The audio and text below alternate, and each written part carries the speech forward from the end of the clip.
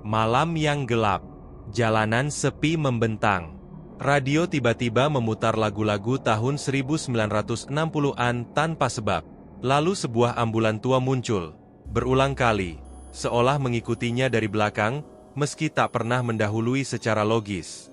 Sampai akhirnya dia melihat sesuatu yang membuat darahnya membeku. Dua sosok berdiri di samping ambulan tanpa kepala.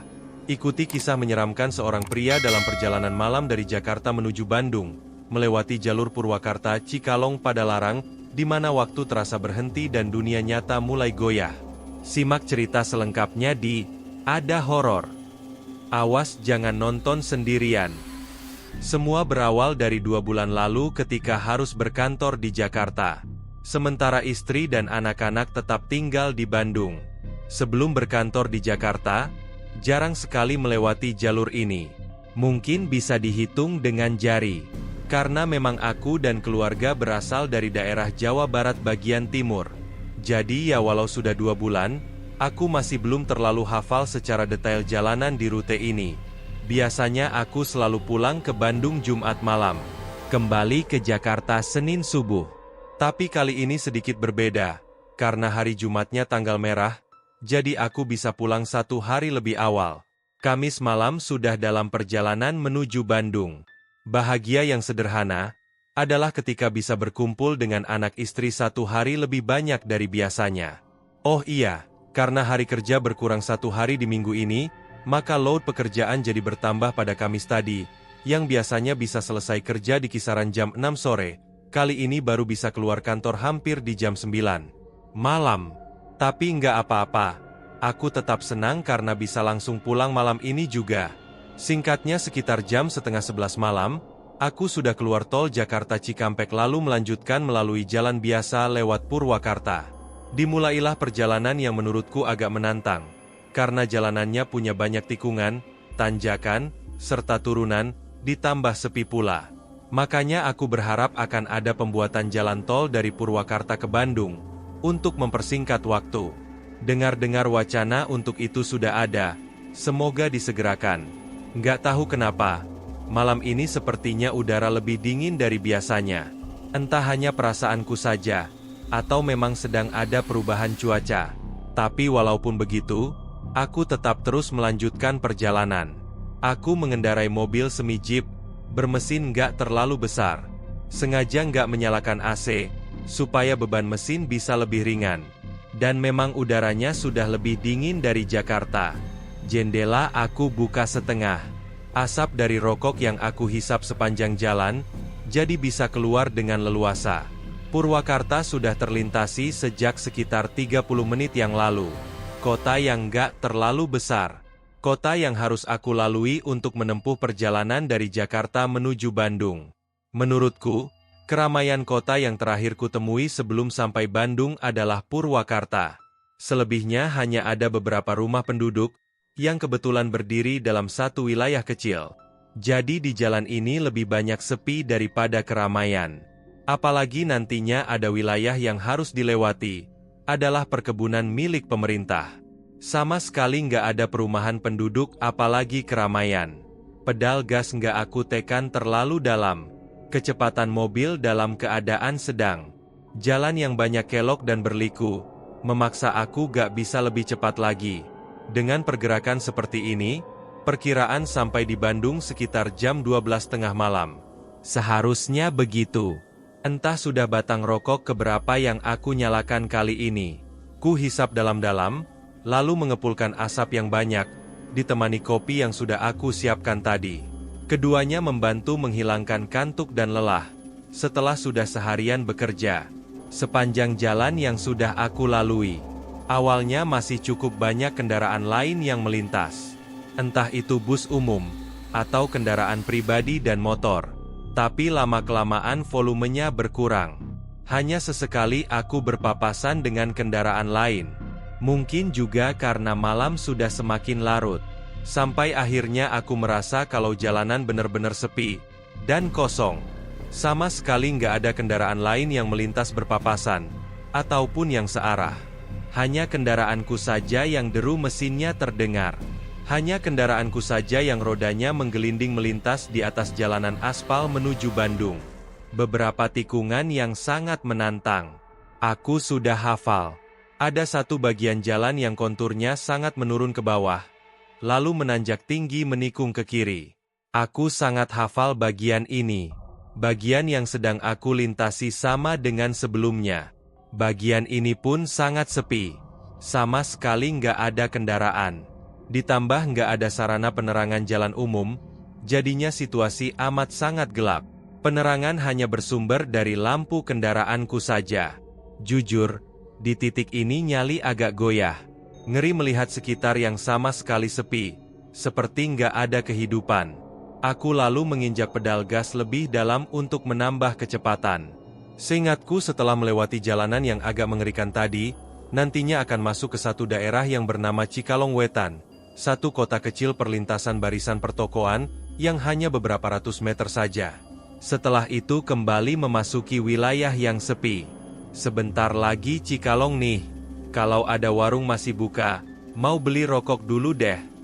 Begitu pikirku dalam hati, karena memang bungkus rokok yang aku miliki sudah kosong, tetap sama. Beberapa kilometer sebelum Cikalong masih hanya ada kendaraanku saja yang melintas. Sama sekali nggak ada kendaraan lain, motor sekalipun. Gila nih sepinya.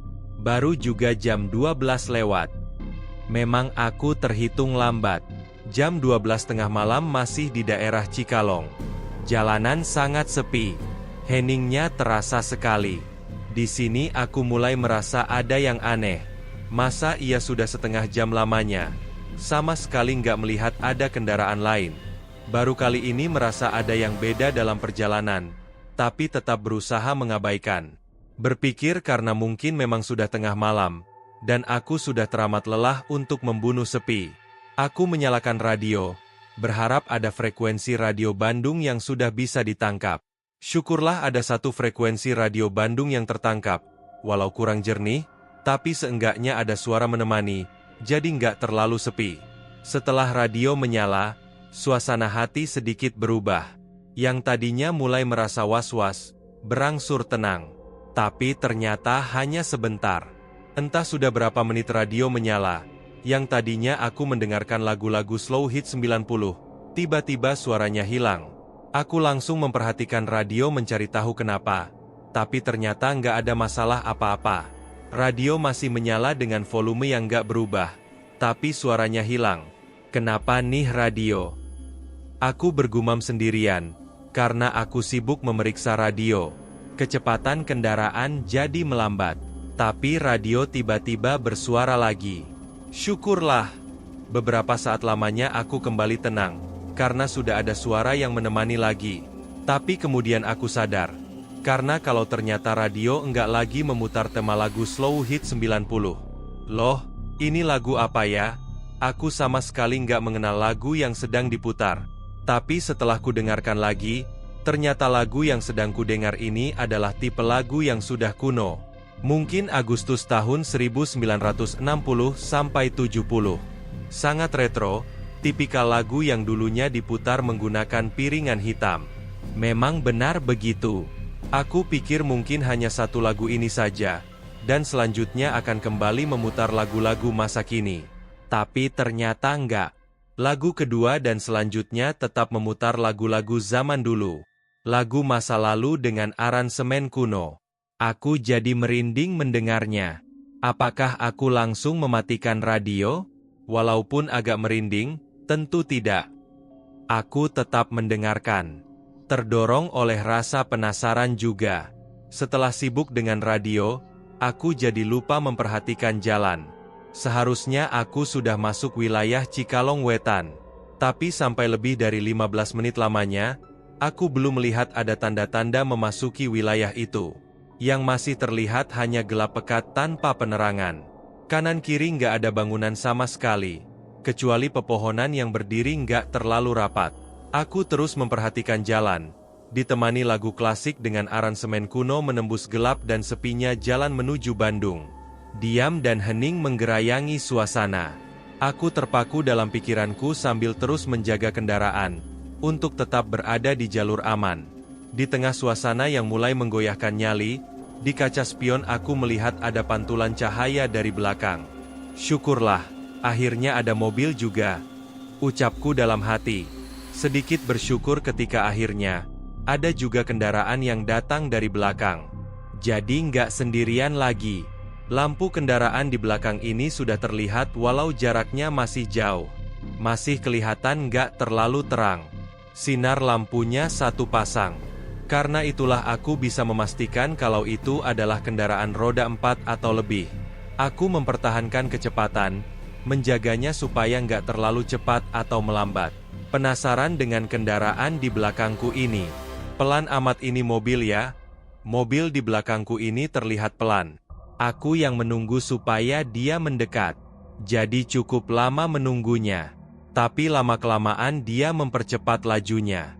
Jadi makin mendekat ke arahku. Terus makin dekat dan makin dekat lagi. Perlahan tapi pasti, sampai akhirnya mobil ini sudah persis berada di belakang. Keadaan sangat gelap. Walaupun sudah berjarak sangat dekat, tapi aku sama sekali belum bisa melihat bentuknya dengan jelas. Tapi bisa dipastikan kalau ukurannya lebih besar dari kendaraanku. Itu terlihat dari cahaya redup kedua lampunya. Iya, kendaraan ini lampu depannya nggak seterang kendaraan normal. Bisa dibilang sangat redup.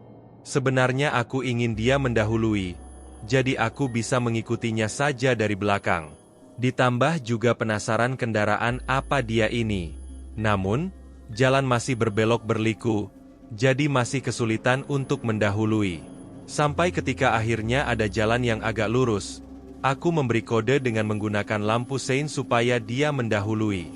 Dia bisa membaca kode yang aku berikan. Kemudian mulai menambah kecepatan. Akhirnya kendaraan ini mulai mendahului. Dalam prosesnya aku yang sejak tadi penasaran ingin tahu mobil apa ini jadinya, terus memperhatikan dengan seksama ketika dia mulai berada persis di sebelah kanan. Yang pertama aku tangkap adalah warnanya. Mobil ini berwarna putih. Mobil bercat putih. Ternyata benar. Kendaraan ini ukurannya lebih besar dari kendaraanku. Bentuknya seperti mobil jenis van berukuran besar. Seukuran mobil elf yang sering terlihat di jalur Lembang. Tapi bentuknya bukan elf. Bentuknya seperti VW Kombi, namun ukurannya sedikit lebih besar lagi. Tahu apa yang ada di pikiranku setelah sudah benar-benar bisa melihat kendaraan ini?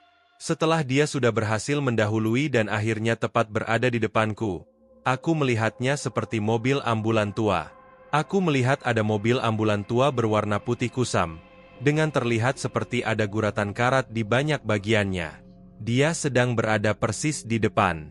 Pantas saja lambat, ternyata ambulans tua. Begitu pikirku dalam hati, aku lalu terus mengikutinya dari belakang. Pada bagian belakangnya, ambulan ini memiliki dua jendela kaca di pintunya. Dua kaca ini sangat gelap sampai-sampai cahaya lampu mobilku gak bisa menembusnya. Padahal penasaran apakah ada orang di dalamnya, di bagian belakangnya. Sengaja aku menjaga kecepatan agar tetap terus berada dekat di belakangnya. Cukup lama berjalan, sampai sepertinya kami sudah mulai masuk wilayah Cikalong Wetan. Aku jadi ingat kalau aku ingin membeli rokok. Makanya mulai memperlambat laju kendaraan dengan mulai memperhatikan pinggir jalan. Kalau ada warung atau toko kecil yang masih buka. Saat inilah mulai ada jarak dengan ambulan tadi karena aku teralihkan untuk mencari warung. Tapi ada keanehan lagi. Dan aku baru sadar ketika sudah benar-benar masuk ke wilayah Cikalong Wetan. Keanehan apa? Walaupun gelap tapi bisa terlihat deretan pertokoan di wilayah ini ada yang beda. Bedanya setelah aku perhatikan dengan seksama, semua bangunan toko yang ada sangat berbeda dengan yang aku lihat sebelumnya. Benar. Aku yakin kalau ini adalah Cikalong Wetan, tapi bentuk bangunannya beda. Beda gimana bangunannya? Ternyata sangat kuno. Bangunan zaman dulu. Bangunan tipe kuno. Bangunan tahun 1950. Iya, aku seperti menembus waktu masuk ke tahun 1950. Makin aneh karena jangankan ada warung atau toko yang buka, tapi sama sekali nggak ada orang. Seperti kota mati. Memang ini sudah jam setengah 1 dini hari, tapi masa iya nggak ada orang sama sekali yang kelihatan. Sepinya gila, kosongnya otomatis membuat aku merinding. Aku yang tadinya berharap ada warung atau toko yang buka untuk membeli rokok, jadi nggak punya nyali untuk sekadar berhenti. Aku masih terus memperhatikan keanehan sekitar. Sementara itu, ambulan tua tadi ternyata sudah nggak kelihatan. Aku jadi sendirian. Keanehan bentuk Cikalong Wetan hanya sebentar, karena memang wilayah ini hanya wilayah kecil. Setelah itu aku akan masuk lagi ke daerah sepi dan kosong. Dengan kebingungan melihat keanehan yang baru saja aku alami, aku terus menginjak pedal gas untuk melanjutkan perjalanan. Jalanan kembali kosong, sepi menyelimuti lagi. Alunan lagu lawas masih terus menemani. Kanan kiri hanya gelap, pepohonan tinggi. Berdiri berbaris nggak beraturan. Jalanan kembali berbelok kanan dan kiri. Nah, belum lama meninggalkan Cikalong, tiba-tiba aku melihat lagi ada cahaya lampu kendaraan dari kaca spion. Ternyata ada kendaraan lagi di belakang. Alhamdulillah ada mobil lagi. Aku berucap syukur dalam hati.